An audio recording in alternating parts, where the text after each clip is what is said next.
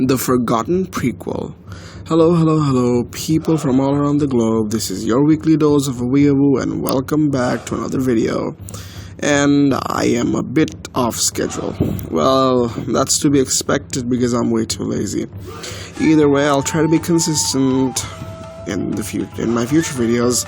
But as for now, I guess it is how it is. Enough introduction. Time to get into the meat and potatoes of the video. So, as for when I mean the Forgotten Prequel, I mean there are a bunch of shows where the sequel goes way offhand and the prequel is definitely forgotten. Another tangent to this that I could throw is the fact that a lot of anime has a great starting. For example, Erased. It has an amazing start, but the ending sort of sucks, which basically downgrades the whole show.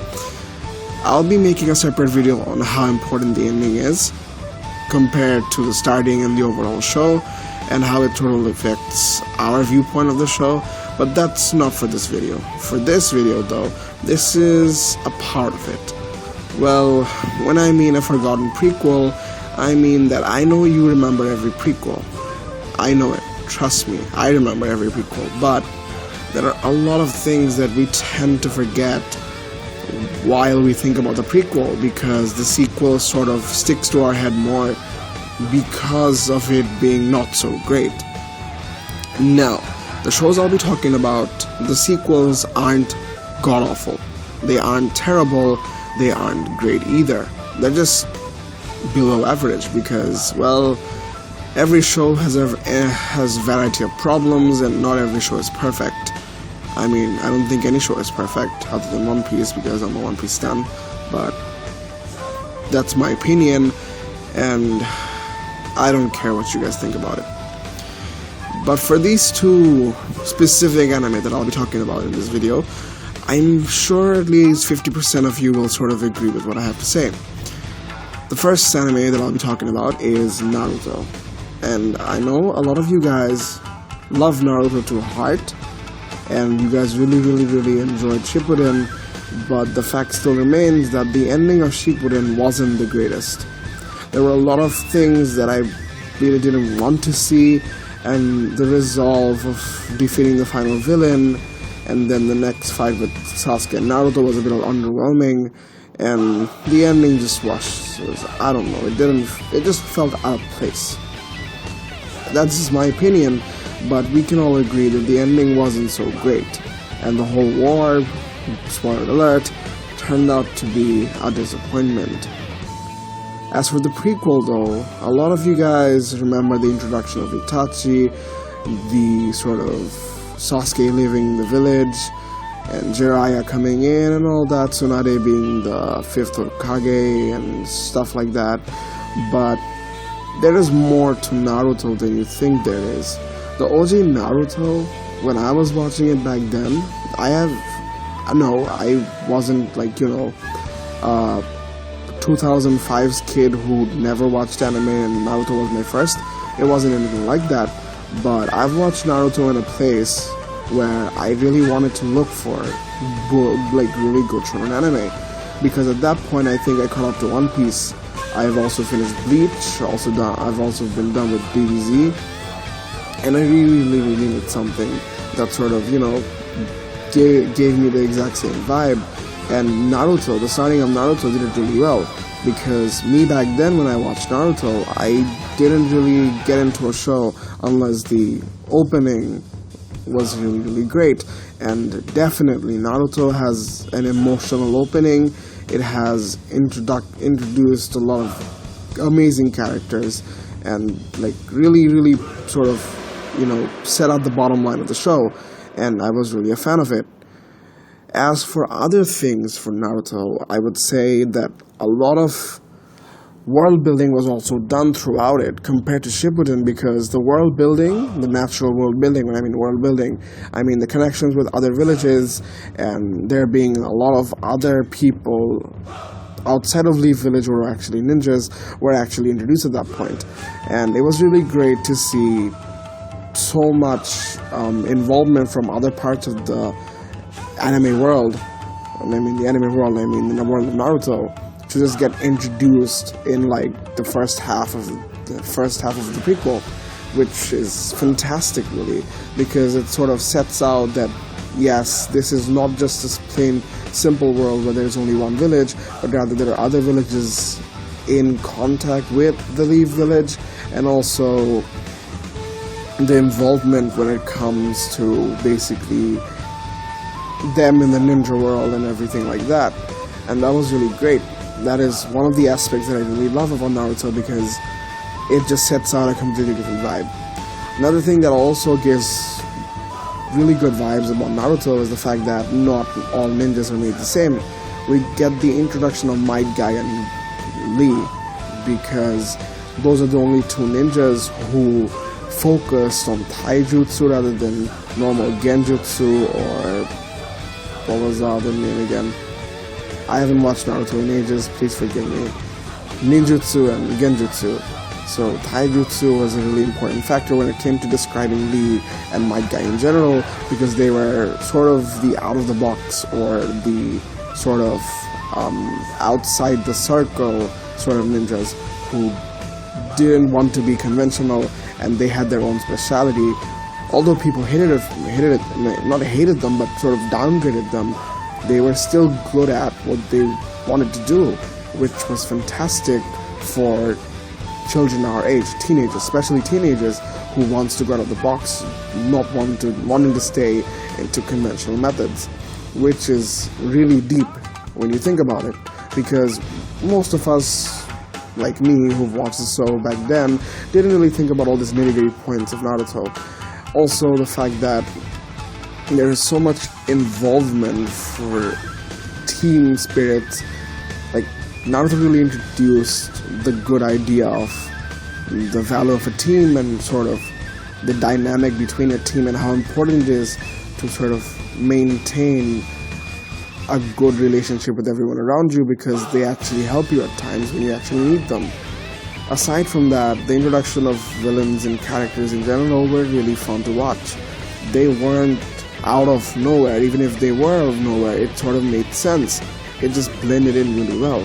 The introduction of characters, especially Orochimaru, Jiraiya, and Kabuto, and also Tsunade, were really, really great, because, well, these are really different characters that we see that, like, are sort of different from the rest of the pack, and they all have some interesting characteristics within them, other than Kabuto, because he sucks. He really sucks. But it was really great to see all these new faces and all these different characters in such a short while, and that created a really dynamic atmosphere amongst the whole sort of crew. Aside from that, Naruto also had amazing fights. In all honesty, I got more hype from watching Lee versus Gaara compared to like Naruto versus Pain. I know this is an underrated opinion, but that's what I think. I really, to this day, still love Gaara versus Lee, because it was so much hype that was sort of unexpected at that level. We sort of got a really, high intensity and, high engaging fight compared to most other fights in Naruto. But that's just my opinion. Say what you want to say, but none of us can disagree that Gaara vs. Lee was one of the best fights in Naruto overall. And the prequel really set out everything that happens in Naruto Shippuden, aside from all the plot twists that happened, which sort of sucked, in my opinion. And it really set out for a good atmosphere. Although we, talk bad about Naruto because of its fillers, still think that it is still one of the greatest prequels that most people do not remember by heart. And I would really, sort of encourage every one of you to go and watch Naruto again to sort of witness the greatness. I know it is slow-paced compared to that time. I mean, it's really slow-paced compared to nowadays, but it's still really good. The second anime I really want to talk about is Dragon Ball. We all sort of complain about how Dragon Ball Z has a bad pacing, also it doesn't have too many great villains, and also how the story is basically dragged on for a certain amount of time where we feel that it wasn't actually necessary. Aside from all the, and especially the power-ups, I know DBZ has a bad reputation, especially Dragon Ball Super, which I believe has done a terrible job with power-ups because it was sort of unnecessary. DBZ felt like a good power-up anime because it didn't have power-ups in a regular interval, and even if it did, it sort of had drawbacks or it somewhat made sense. As for Super though, I don't really think that was the case, and they really took it to a really bad level. Pacing problems, yes, I know. 5 minutes took them basically 50 episodes to complete. Aside from that, people tend to forget about how good Dragon Ball was. Especially me. When I've watched, shouldn't say especially me, although I've watched DBZ first, I still downgrade Dragon Ball a lot because of its sequel, of how it turned out. But in all honesty, when I look back and sort of, go through it in my head and rewatch some of the stuff, it can be seen that Dragon Ball at heart was a really good martial art anime because it introduced the fact that hard work was literally the only way to get strong, and even if you're special, hard work is impossible to beat by talent only. And I feel that that tone set through Dragon Ball didn't actually last in the sequels, in Super and DBZ, but that was a really good sort of starting of basically introducing your main cast. The fact that everyone has to get stronger through training, and regardless of how strong you are, there has to be someone stronger than you, and you'll have to get stronger through training and training alone. And that tone was really sort of overwhelming because we used to hear in real life that talent doesn't beat hard work and hard work is the only way to success, and DBZ sort of proved it because every progression Goku had throughout the sort of time span of Dragon Ball, Goku had to train really, really hard to get stronger. Yes, there were some times plot armors like the sort of turning him into an ape in the Dragon Ball and Roshi doing stupid stuff, and there were a lot of times where the power-ups didn't make sense, but it was quite rare. Overall, we did see the only progression that the main characters had was only after intense training, and only through intense training they could basically surpass their limits. And that sort of set out for a really balanced show where martial arts is key and sort of explains everything that Goku and the rest of the crew does when it comes to their fights. And yes, there were a little bit of obscene power-ups through Piccolo, but I would still say it was really balanced because it didn't have unnecessary power-ups, which I feel DBZ did, Naruto did, and sometimes even One Piece, but that's for a different day. As for Dragon Ball itself, it introduced sort of really plain characters which were easy to understand in a magical world, and it really set out for a really vanilla story. It isn't necessarily the most interesting story of all, but it definitely was an adventurous one. The same, I get sort of the exact same feelings from Dragon Ball that I get from One Piece, because it's basically a journey explaining the characters' development and, finding friends, making friends, going through different fights, progressing, and basically surpassing your limits.